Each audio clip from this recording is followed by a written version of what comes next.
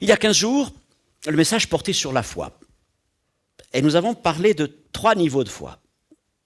La foi qui sait, la foi qui croit et connaît, et la foi qui agit. Et je vais continuer sur le thème de la foi aujourd'hui en essayant d'être encore plus pratique quant au fait de progresser dans la foi et de comprendre comment Jésus nous accompagne dans ce développement de la foi. Et nous allons donc retourner dans les évangiles pour un message que j'ai intitulé « Les chemins de la foi ». Et nous lisons dans Marc chapitre 9, je reprends le texte qui nous avait servi la première fois de rampe de lancement en quelque sorte à partir du verset 17, Marc 9 verset 17 jusqu'au verset 24. Et un homme de la foule lui répondit « Maître, j'ai amené auprès de toi mon fils qui est possédé d'un esprit muet. En quelques lieux qu'il le saisisse, il le jette par terre. L'enfant écume, grince des dents et devient tout raide. Et j'ai prié tes disciples de chasser l'esprit, et ils n'ont pas pu. » « Race incrédule, leur dit Jésus, mais jusque à quand serai-je avec vous? Jusque à quand vous supporterai-je? Amenez-le-moi. Et on le lui amena. Et aussitôt que l'enfant vit Jésus, l'esprit l'agita avec violence. Il tomba par terre et se roulait en écumant. Jésus demanda au Père, mais comment y a-t-il de temps que cela lui arrive? Depuis son enfance, répondit-il. Et souvent l'esprit l'a jeté dans le feu et dans l'eau pour le faire périr. Mais si tu peux quelque chose, viens à notre secours et qu'en passion de nous. Jésus lui dit, si tu peux, tout est possible à celui qui croit. Seigneur, ce matin, nous retournons dans les évangiles, dans cette simplicité de l'évangile, dans ces rencontres de l'évangile entre, Seigneur, toi et ces hommes, ces femmes qui nous ressemblent tellement. Et, Seigneur, nous rappelons que l'évangile, c'est la puissance de Dieu pour le salut, pour la guérison, pour la délivrance, pour la restauration de quiconque croit par la foi et pour la foi. Seigneur, ce matin, viens parler à nos cœurs, bien mieux que tout ce que je pourrais dire. Et Seigneur, permets à notre foi de grandir, de prendre forme, afin que nous puissions vivre tout ce que tu tiens en réserve pour nos vies, pour nos familles, dans le nom de Jésus-Christ. Amen. Cet homme nous ressemble beaucoup lorsque nous nous approchons de Jésus avec nos besoins. Et il ressemble aussi à un autre homme qui était lépreux. Sa prière était presque la même. En français, il suffit d'une lettre qui change. L'un dit « si tu peux », l'autre dit « si tu veux ». Et lorsque nous prions souvent comme ça, « si tu peux ». Alors ça, c'est vraiment le niveau le plus bas, si tu peux quelque chose. Et comme nous avons grandi dans la foi, nous disons à la manière du lépreux, si tu le veux, Seigneur. Ne vous arrive-t-il pas de prier comme ça? Si tu peux, si tu veux. Mais je voudrais vous dire que quand on lit les évangiles, on se rend compte que ce n'est pas le genre de prière que Jésus aime trop. C'est pas ça qu'il aime entendre. Si tu veux. Mais Jésus répond, je le veux. Si tu peux, mais le Seigneur est tout-puissant. Mais pour nous, c'est un moyen quelque part de nous défausser sur Jésus. Ah, Jésus, c'est à toi que revient le dernier mot, hein. Si tu veux, si tu peux, c'est sûr, ça va se faire. Mais moi, je te laisse faire. Je dis non. Non. À ce papa qui lui dit, mais si tu peux, Jésus lui répond, si tu peux, mais tout est possible à celui qui croit. Qu'est-ce que ça veut dire? Ça veut dire que Jésus va responsabiliser ce papa. Lui, il disait, toi, fais quelque chose, hein. Je dis, non. Toi, tu es aussi responsable de ce qui va se passer. Et il ne l'amène pas, et il ne reste pas sur le terrain de la volonté ou de la puissance, non. Il l'amène sur le terrain de la foi. Tout est possible à celui qui croit. Et celui, c'est ce papa. Et celui ou celle-là, c'est toi, c'est moi. Et c'est sur ce terrain que Jésus nous attend toujours et encore. Et c'est ce qu'on voit à travers les évangiles. L'une des phrases qui revient le plus, n'est-ce pas ta foi t'a guéri? N'est-ce pas ta foi t'a sauvé? Non pas la foi de tes voisins, mais ta foi, et on souligne le ta foi t'a guéri, ta foi t'a sauvé. Bien sûr, c'est Jésus qui agit. Bien sûr, comme Pierre le dit après la guérison du boiteux, c'est la foi dans le nom de Jésus. Mais c'est une foi qui vient de notre cœur. C'est une foi qui s'enracine en nous et qui est l'expression de notre confiance en Jésus-Christ. Alors, qu'en est-il de ta foi aujourd'hui? Le but de l'idée centrale de ce message, c'est de nous faire comprendre que la foi, ce n'est pas une formule unique qu'on va répliquer. La foi, c'est avant tout un chemin personnel que Dieu trace pour chacun. C'est notre chemin de foi. Il y a mon chemin de foi, il y a ton chemin de foi, il y a votre chemin de foi. Nous partons tous d'un certain endroit, mais Jésus nous attend, veut nous amener au même endroit commun.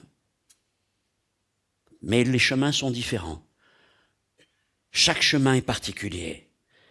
Et le but de ce message, c'est de nous amener à comprendre comment Jésus se met au niveau de notre foi, de ta foi, pour l'amener à cette foi qui agit, qui sauve, qui guérit, qui console, cette foi qui délivre. Et pour ça, nous allons parler de 3 aveugles.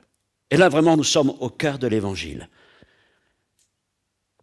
3 aveugles, 3 rencontres avec Jésus, et un seul moyen de guérison, la foi.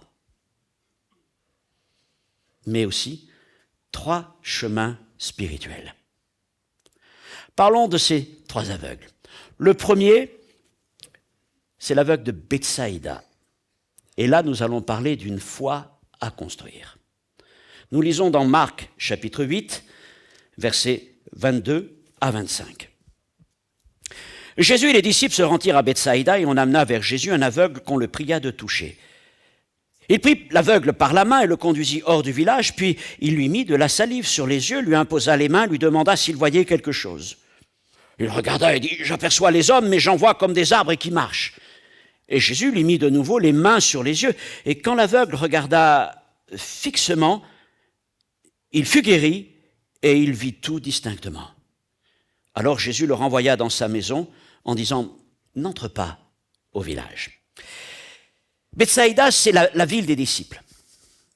Une ville tout au nord du lac de Galilée, une ville de pêcheurs, un village de pêcheurs. Mais elle fait partie aussi de ces 3 villes avec Capernaum et Chorazine à qui Jésus a reproché de ne pas avoir cru dans le message de l'Évangile. Ça a expliqué, on va le voir, pourquoi Jésus a peut-être conduit cet homme hors du village.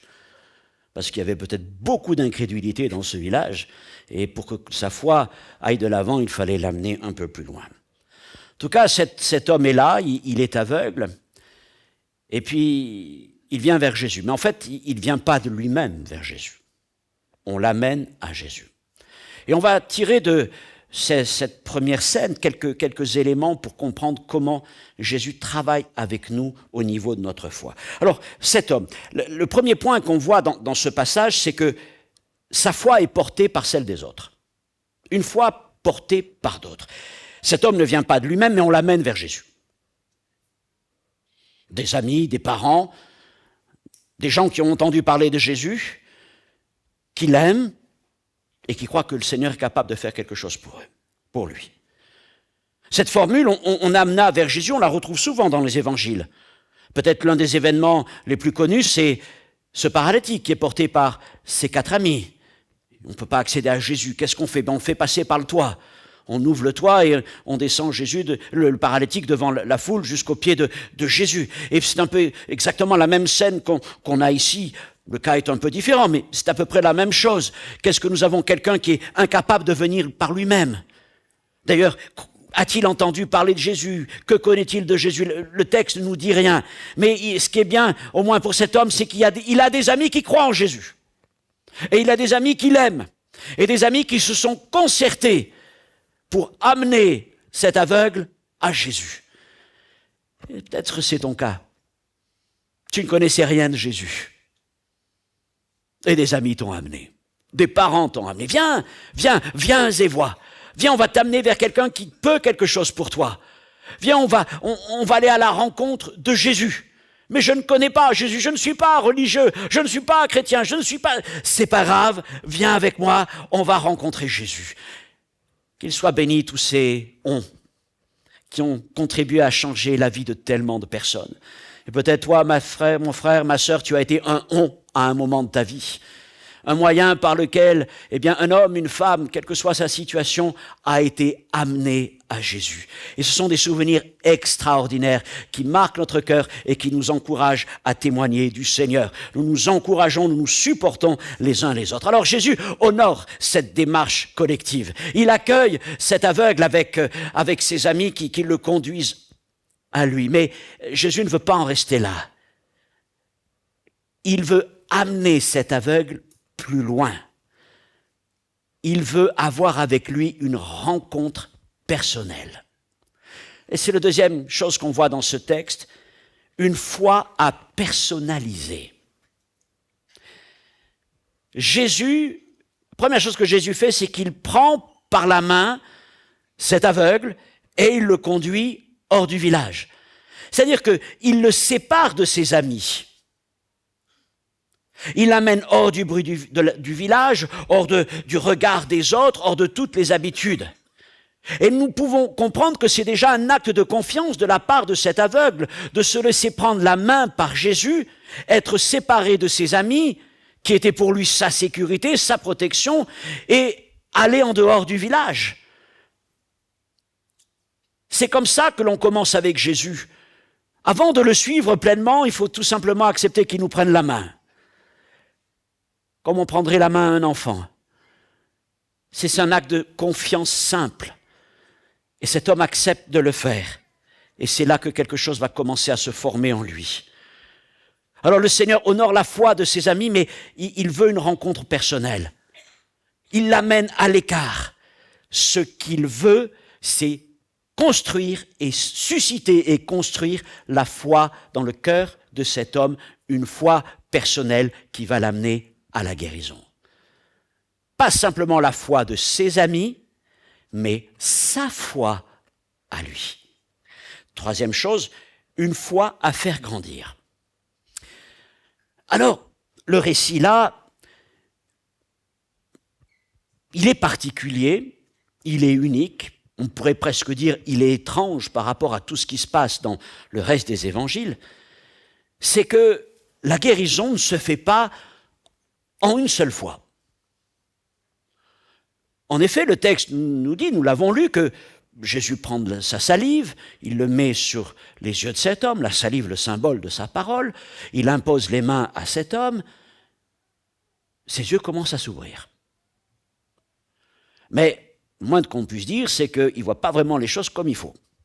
C'est très flou, très vague. Je vois les hommes et ils ressemblent en quelque sorte à des arbres. Il y a besoin de travailler encore ça. Et Jésus va reprier pour lui. Il lui impose les mains une nouvelle fois. Il ne lui remet pas de la salive, mais il lui impose les mains. Et là, il est dit que lorsqu'il vit tout fixement, il vit les choses distinctement. Il y a eu 2 étapes. C'est vraiment très original, dans tous les évangiles. Est-ce à dire que Jésus s'y est mal pris? Est-ce que Jésus aurait manqué de foi? Non. Ça n'a rien à voir. C'est que le Seigneur est un bon pédagogue. Ce qui l'intéressait, encore une fois, c'est de développer la foi de cet homme, de construire la foi de ces hommes pour qu'il saisisse lui-même la guérison. Ta foi t'a guéri. Jusque-là, c'est la foi de ses amis qui l'avait amené à Jésus. Il a accepté ce premier pas de confiance, de suivre Jésus, de laisser Jésus le prendre à l'écart, de laisser Jésus prier pour lui. Mais maintenant, le Seigneur voulait l'amener à un autre degré de foi. Et c'est pour ça qu'il est passé par cette étape. Parce que cette étape a permis la construction de sa foi. Je le redirai à d'autres moments. Ce n'est pas la guérison en tant que guérison qui intéresse premièrement Jésus. Oui, il prend soin de nous. Oui, il veut la guérison de cet homme. Oui, il se réjouit de pouvoir faire cela. Mais il y a quelque chose qui est encore plus important pour le Seigneur, c'est la foi. De construire la foi dans nos vies. Pour que la guérison ne reste pas un simple bon souvenir, mais qu'il y ait quelque chose qui soit fort et établi dans nos cœurs.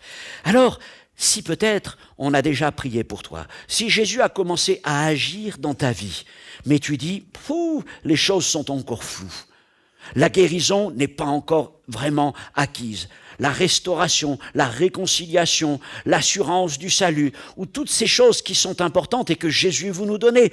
Tu as commencé, tu as fait un premier pas, tu as accepté de suivre Jésus. Tu as accepté même qu'on prie pour toi. Tu as accepté sa parole. Quelque chose commence à s'éclairer, mais c'est encore flou. Ne dis pas c'est un échec, mais comprends que c'est une étape pour t'amener encore plus loin, pour faire grandir ta foi, afin que tu puisses vivre tout ce que Jésus a préparé pour toi. Parce que c'est certain, Jésus ne va pas s'arrêter là, mais il va aller jusqu'au bout. Et ce qui est important dans toute cette étape, c'est que Jésus l'a pris par la main. Et il l'a accompagné. Et il l'a accompagné jusqu'au bout du processus. Avançons maintenant vers le deuxième aveugle, l'aveugle de la fontaine de Siloé, l'aveugle de Jérusalem. Et là, je vais parler d'une foi à créer. Nous lisons dans l'évangile de Jean, au chapitre 9, versets 1 à 7. Jean, chapitre 9, Jésus vit en passant un homme aveugle de naissance. Ses disciples lui firent cette question, « Rabbi, qui a péché, cet homme ou ses parents pour qu'il soit né aveugle ?» Jésus répondit, « Mais ce n'est pas que lui ou ses parents aient péché, mais c'est afin que les œuvres de Dieu soient manifestées en lui. Et il faut que je fasse, tandis qu'il est jour, les œuvres de celui qui m'a envoyé, car la nuit vient où personne ne peut travailler.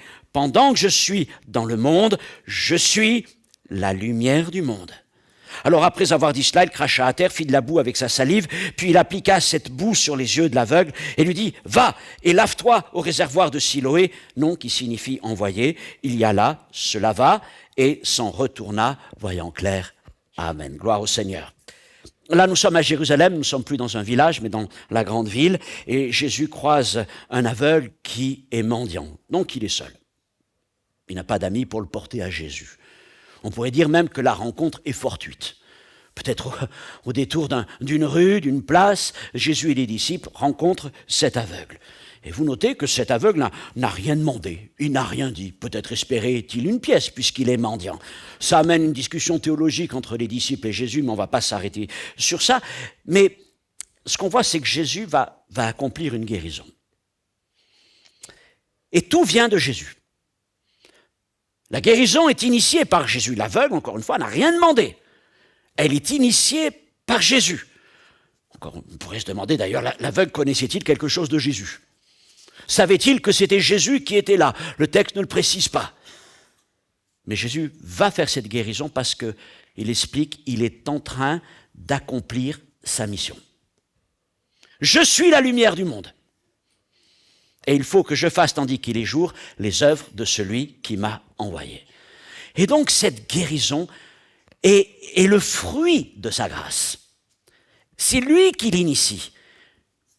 Mais ça ne veut pas dire que la foi de cet homme n'aura aucun rôle à jouer dedans. Cet homme ne va pas être passif. Il ne va pas simplement recevoir. Mais il y a un moment où Jésus, en quelque sorte, va autant créer sa foi que créer sa guérison. Deuxièmement, un miracle de création. Alors cette guérison n'est pas simplement la réparation de quelque chose qui a été abîmé, accidenté, mais c'est un miracle de création, puisque l'aveugle était aveugle de naissance. Que fait Jésus? Il crache à terre, et avec la poussière de la terre, il fait de la boue, et de cette boue, il l'applique sur les yeux de cet homme.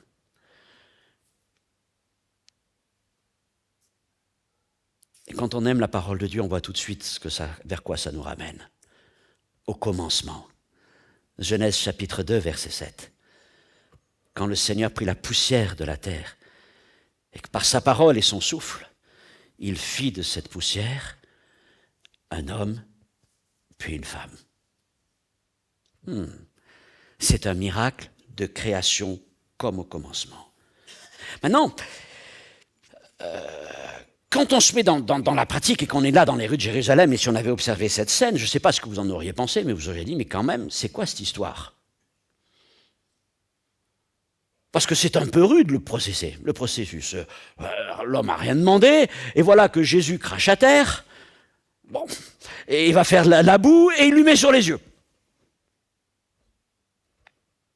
Vous verriez faire quelqu'un dans la rue, ça, qu'est-ce que vous direz? Enfin, il est aveugle, qu'est-ce que tu lui fais? Et c'est là qu'on comprend ce que je vous ai déjà dit plusieurs fois, c'est que souvent la foi est inconvenante. La foi nous amène à faire des choses que la bonne convenance nous interdirait presque. Mais parfois, la convenance, c'est un moyen de cacher l'incrédulité. Oh, on ne peut pas faire ça, c'est pas possible, ça se fait pas. Eh bien, souvent, des choses qui ne se font pas, si on veut voir la gloire de Dieu, doivent finir par se faire. Ça arrive souvent dans les évangiles. La bonne convenance, c'est un moyen de repli pour les incrédules. Mais Jésus nous amène parfois à devoir briser, aller au-delà des codes et de toutes les habitudes de la bonne convention. Alors Jésus lui met de la boue, mais ça ne s'arrête pas là. Et lui dit, va et lave-toi. Troisièmement, petit point sur cela, une foi éprouvée par l'obéissance. Voilà donc notre aveugle. On ne peut pas dire que sa situation se soit vraiment améliorée parce qu'il est aveugle, et en plus maintenant il a une couche de boue sur les yeux. Donc a priori on pourrait dire que ça ne va pas forcément dans le bon sens cette histoire. Et Jésus l'envoie se laver. Alors Jésus aurait pu peut-être essayer de trouver une fontaine, et il y avait peut-être des fontaines ou des lavoirs juste un peu plus loin. Tiens, là, il y a un lavoir au coin de la rue, va te laver là. Le Seigneur lui dit, non, tu vas aller te laver au réservoir de Siloé. Ce qui veut dire envoyer. Ah, ça c'est un joli mot. Ok. Il y a quelques années, on a retrouvé à Jérusalem le réservoir de Siloé. Et maintenant, ils ont vraiment fait beaucoup de travaux. Si vous regardez des vidéos, il y avait un immense parking, ils ont tout fait exploser et ils ont creusé partout pour rechercher. Et en fait, c'est toute cette partie, si vous connaissez un peu Jérusalem, il y a le temple, il y a l'esplanade du temple. Et là, sur la colline qui descend, il y a la cité de David. La cité de David n'était pas au niveau de l'esplanade du temple, elle était le long de cette pente qui était là. Et le palais était tout en haut. Et Jérusalem s'était construit en fait sur les hauteurs. Mais la fontaine de Siloé, elle est tout en bas. Et pour l'avoir fait au moins 2 ou 3 fois le trajet depuis le haut de la cité de David jusque tout en bas, notamment une fois par le tunnel des Écasses, vous passez par le tunnel, c'est vraiment mieux que Disneyland. Vous descendez dans le tunnel, il y a de l'eau dans le tunnel, il y a des gens qui crient partout, et vous arrivez en bas, vous êtes content parce que par moments c'est tellement étroit que oulala, comment on va faire pour passer, mais c'est vraiment une expérience extraordinaire. Et ça descend. Mais ça descend raide. Et c'est là qu'on se met à la place de notre aveugle.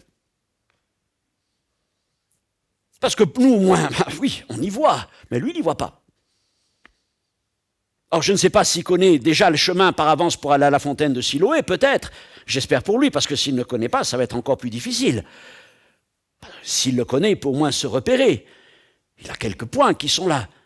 Mais imaginez le chemin qu'il fait. Le chemin, c'est le chemin de l'obéissance. C'est le chemin qui crée la foi. Il ressemble un peu à Naaman. Vous connaissez l'histoire de Naaman, le lépreux, le général syrien lépreux, la petite fille. Quelle belle histoire. Naaman arrive auprès du prophète Élisée. Et là aussi, c'est un peu inconvenant.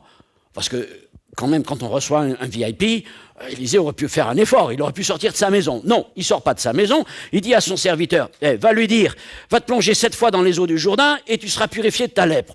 Néhéman, quand il apprend ça, il n'est pas content.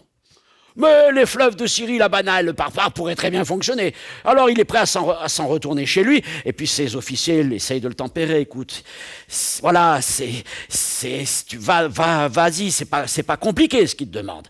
Et il est descendu au Jourdain, et il a fallu qu'il se plonge dans le Jourdain. Pas une fois, pas 2, pas 4, pas 5, mais 7 fois. Et le miracle s'est accompli à la 7e fois, pas à la 6e, pas à la 5e. Et nous comprenons que cet homme ne pouvait pas s'arrêter en chemin. Il ne pouvait pas se contenter de faire simplement 10 pas, pas même 100 pas, pas même 1000 pas, mais il devait aller jusqu'à la fontaine de Siloé. Et vous imaginez lui aveugle, passant par ce chemin, cette pente très raide, au milieu de la foule qui est là. Qu'est-ce qu'il connaît de Jésus? On ne sait pas. La seule chose, c'est que cet homme qui lui a mis de la boue sur les yeux, lui a dit « Va te laver au réservoir de Siloé ». Vous imaginez les questions qu'il aurait pu se poser? À chaque pas, qu'est-ce que je suis en train de faire? Mais qu'est-ce qu'il me veut? Mais pourquoi est-ce qu'il m'a fait ça? Vous voyez, il nous ressemble. Hein? Parce que combien de questions on se pose sur le chemin qui mène à la guérison? Mais il a continué. Il a continué. Il est descendu jusqu'au bout, jusqu'à arriver au réservoir de Siloé. Il s'est lavé. Il a enlevé cette boue et il a retrouvé la vue. Et le miracle s'est accompli. Sa foi s'est construite dans l'obéissance. Dans l'obéissance à la parole du Seigneur. Nous en arrivons à notre troisième aveugle, c'est le plus connu. Comment s'appelle-t-il? Bartimée, c'est bien.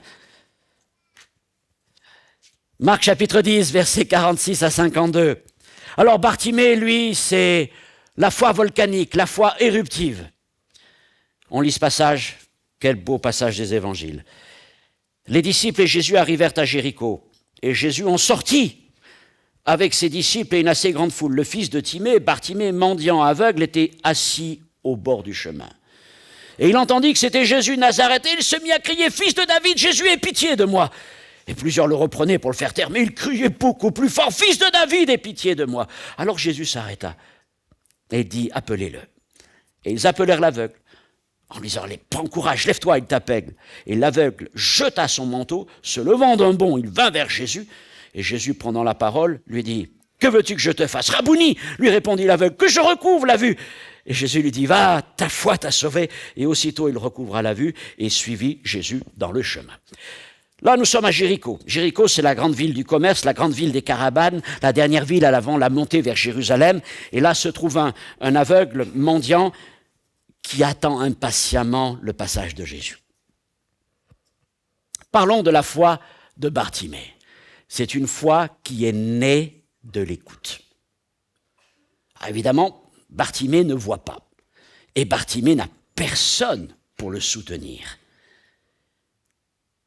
Mais un aveugle entend très bien. Un aveugle est très sensible. Et il faut dire qu'il est assis au bon endroit. Il est à l'entrée ou la sortie de Jéricho, suivant comment on se place. Et cet endroit-là, c'est l'endroit un peu du marché, il y a toutes les rencontres, il y a toutes les caravanes qui arrivent du nord, du sud, de l'est, de l'ouest. Elles passent toutes par là parce que c'est le chemin ensuite pour monter jusqu'à Jérusalem. Ce qui veut dire que c'est un endroit d'échange, mais c'est un endroit aussi où on parle beaucoup. Toutes les nouvelles finissent par passer par là. Et notre brave Bartimée qui est assis à l'endroit stratégique qui est là, il sait tout. Il a tout entendu. Il sait tout ce qui se passe au niveau politique, économique, et puis un jour, il a entendu parler de quelque chose, et là, vraiment, ça a attiré son attention. Il a entendu parler d'un certain prophète de Galilée, un Jésus qui vient de Nazareth. Et les gens qui venaient de Galilée disaient, mais il fait des choses extraordinaires. Il purifie les lépreux, il ressuscite les morts, il chasse les démons, et surtout, il ouvre les yeux des aveugles. Et ça, Bartimée, il l'a gardé là. Il l'a gardé là, et ça a travaillé. Et il a certainement réfléchi, bien réfléchi. Jésus, qui guérit les aveugles. Jésus, dont on dit qu'il fait toutes ces choses. Et vous voyez, sa foi a grandi, non pas par la vue, non pas par le soutien des autres, mais par les choses qu'il a entendues. Car la foi vient de ce qu'on entend, et ce qu'on entend vient de la parole de Christ. Romains 10, 17. Et il a entendu l'évangile, et il a entendu Jésus. Et sa foi était vivante en lui, elle était personnelle. Elle était prête à agir. Et Bartimée se disait, moi, je reste là, parce que c'est sûr, un jour, Jésus va passer par là. pour monter à Jérusalem, Jésus va passer par là. Et moi, je serai là ce jour-là. Je serai là et je l'attends. Une foi qui crie et qui résiste. Et puis vient le grand jour.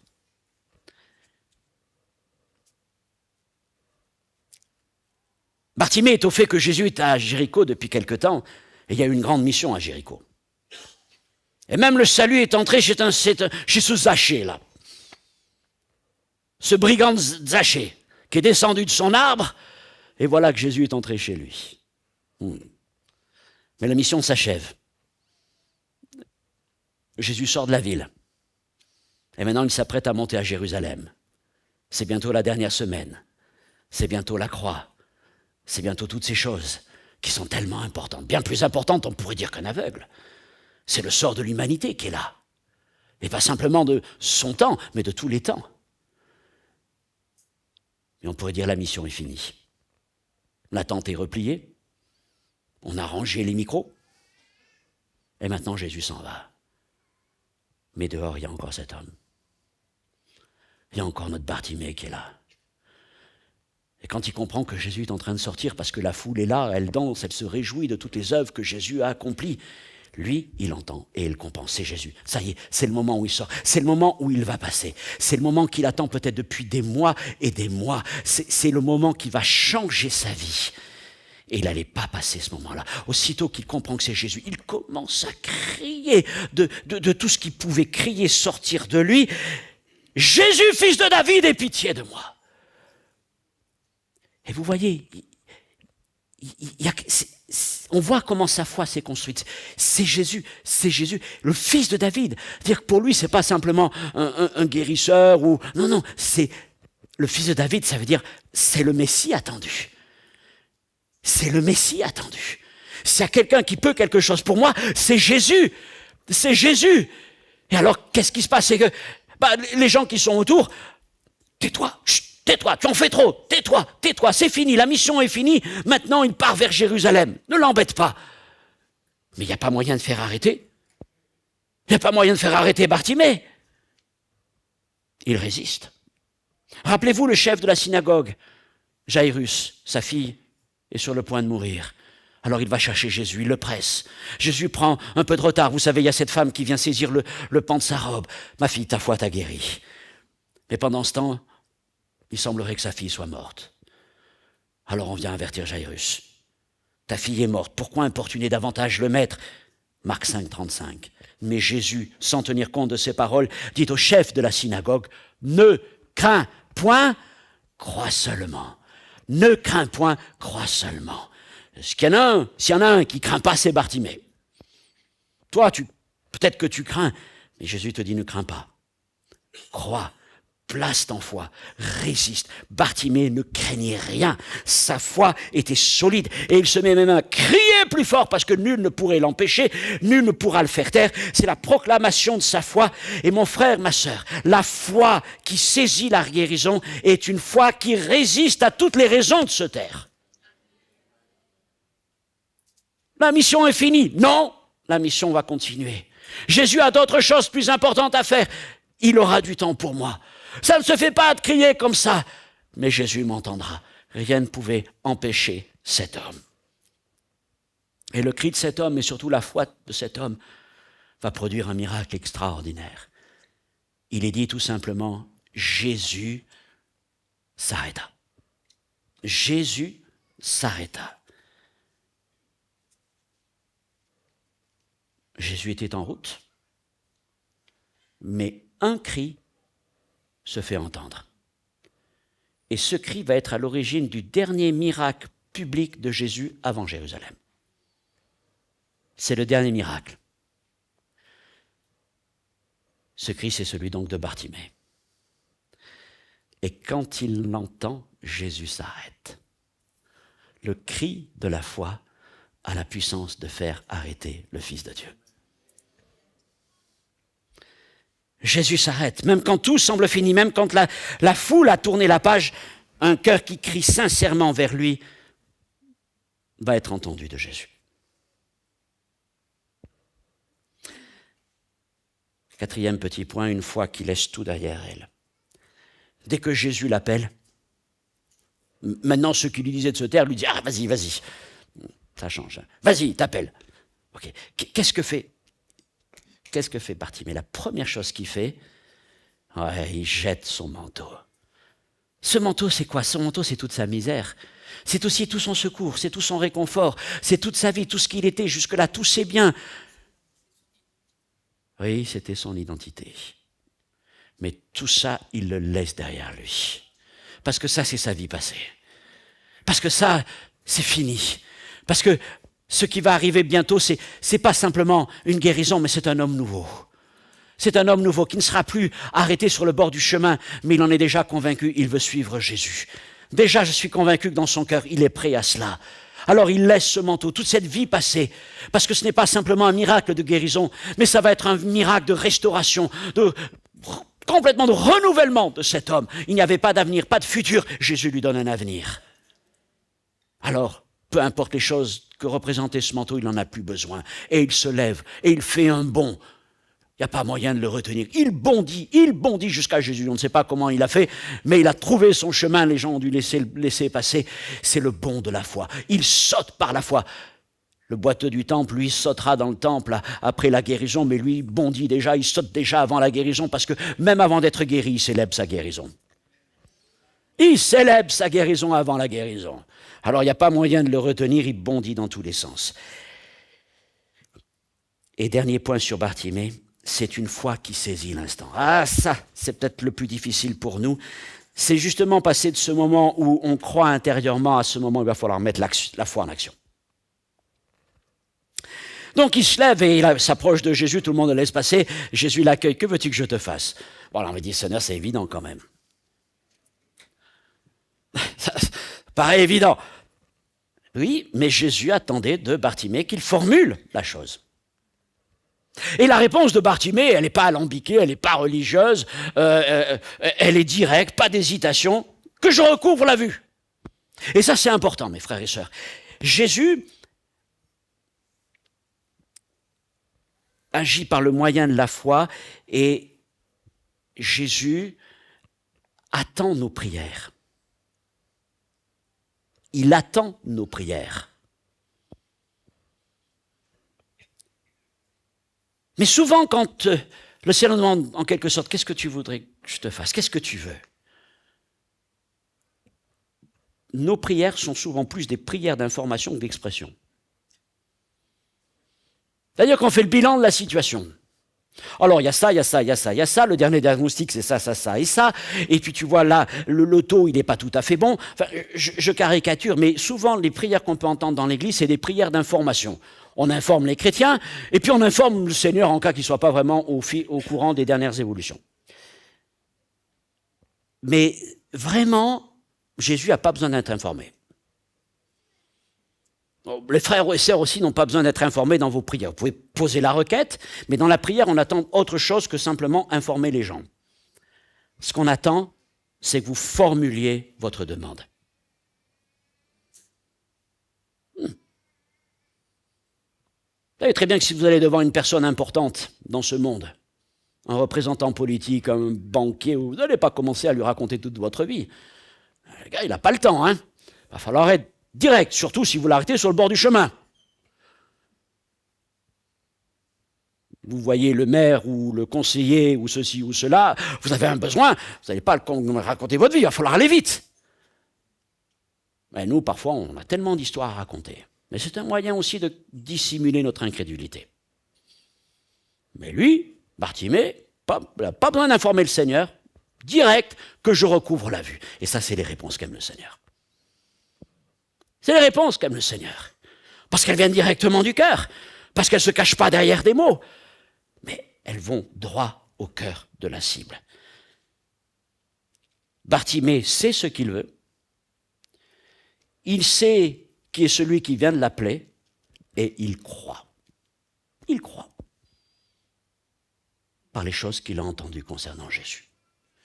Et alors là, Jésus n'a même pas besoin de le toucher, pas besoin de salive, pas besoin de boue, pas besoin même d'imposition des mains. Jésus lui dit, va, ta foi t'a sauvé. Et aussitôt, à l'instant, il recouvra la vue, il se mit à suivre Jésus. Une fois volcanique, pouf, ça explose. Mais c'était en préparation depuis un moment. Hein. Je vais finir mon dernier point en me tournant vers Jésus maintenant. Jésus, le maître de la foi. 3 aveugles, 3 lieux, un même Seigneur, une même puissance, mais 3 niveaux de foi, du coup 3 pédagogies différentes et 3 manières d'agir. Première chose que nous retenons, Jésus ne reproduit pas une méthode. Il n'y a pas de formule de guérison, il n'y a pas de procédure toute faite, il n'y a pas de mode d'emploi, première étape, deuxième étape, troisième étape. Jésus agit en fonction de chaque personne. Avec l'un, il va appliquer sa salive, à l'autre, il va même faire de la boue, à l'autre, il a même besoin de juste lui dire ta foi, ta guérison, tout est réglé comme ça. Chacun. Là où nous cherchons une méthode, Jésus cherche une rencontre et une relation. Parce que ce n'est pas, bien sûr, quand je dis ce n'est pas le geste qui guérit, bien sûr, ce que je veux dire, c'est qu'il y a quelque chose de plus important que le geste que Jésus accomplit, il y a cette relation de confiance. Cette relation de confiance. Jésus n'est pas un distributeur automatique de guérison, mais c'est cette confiance. Il ne fait pas des miracles en série, mais il y a des rencontres uniques. Il n'y a pas de technique de miracle, mais il y a la compassion du Seigneur et il y a notre foi. Deuxième chose, c'est Jésus nous rejoint dans notre état. 3 aveugles, 3 mêmes besoins, mais 3 niveaux de foi différents. Et du coup, Jésus s'adapte. L'un a besoin d'être conduit à l'écart et que sa foi soit construite. L'autre doit obéir et l'autre, il n'y a qu'à agir parce que de toute façon, tout est prêt. Ce qui veut dire que Jésus nous rejoint dans nos saisons, dans nos combats, dans nos blessures. Il se met au niveau de notre foi pour l'élever. Pour l'élever.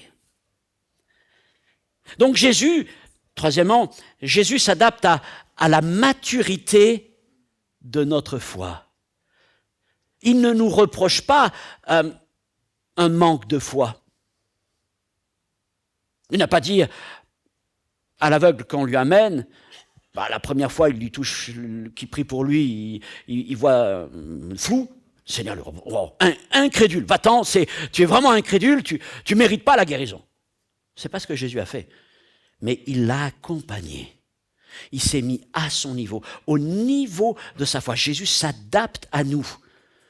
Il ne nous demande pas de nous élever par nous-mêmes jusqu'au niveau de foi requis, mais il vient nous chercher là où nous en sommes pour nous amener jusqu'au niveau de la foi qui agit, qui guérit et qui sauve.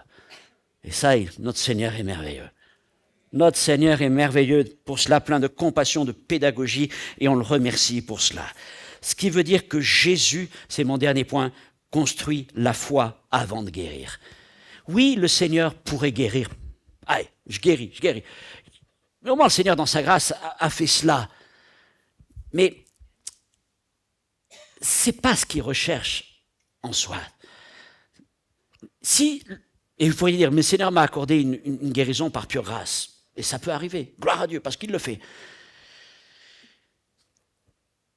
Mais est-ce que véritablement une guérison par pure grâce produit en nous la même foi que s'il nous a accompagnés dans le processus de foi? Vous comprenez ce que je veux dire?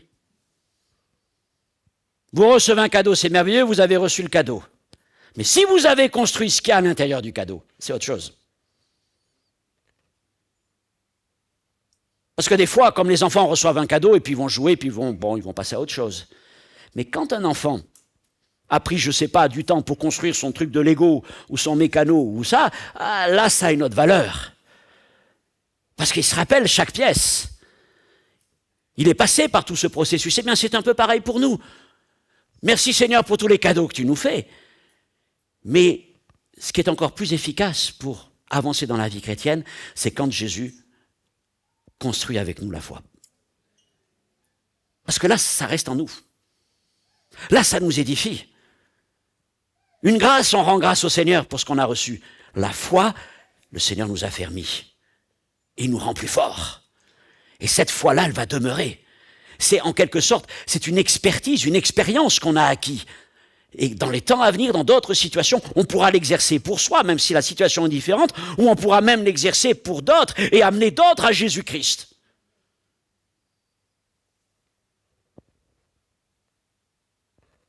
Trois aveugles, trois chemins de la foi.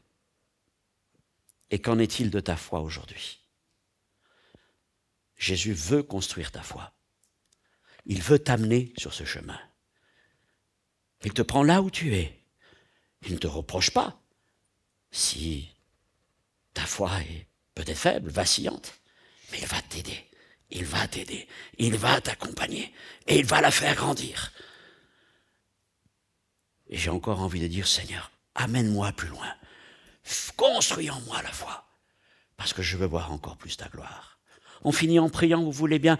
Et je voudrais, dans cette matinée, prier peut-être pour quelqu'un, pour l'un, pour l'autre. Et puis si vous avez besoin de prière tout à l'heure, parce que peut-être Dieu a travaillé par son esprit votre cœur en ce moment, alors n'hésitez pas à vous approcher. Nos frères et sœurs prieront pour vous.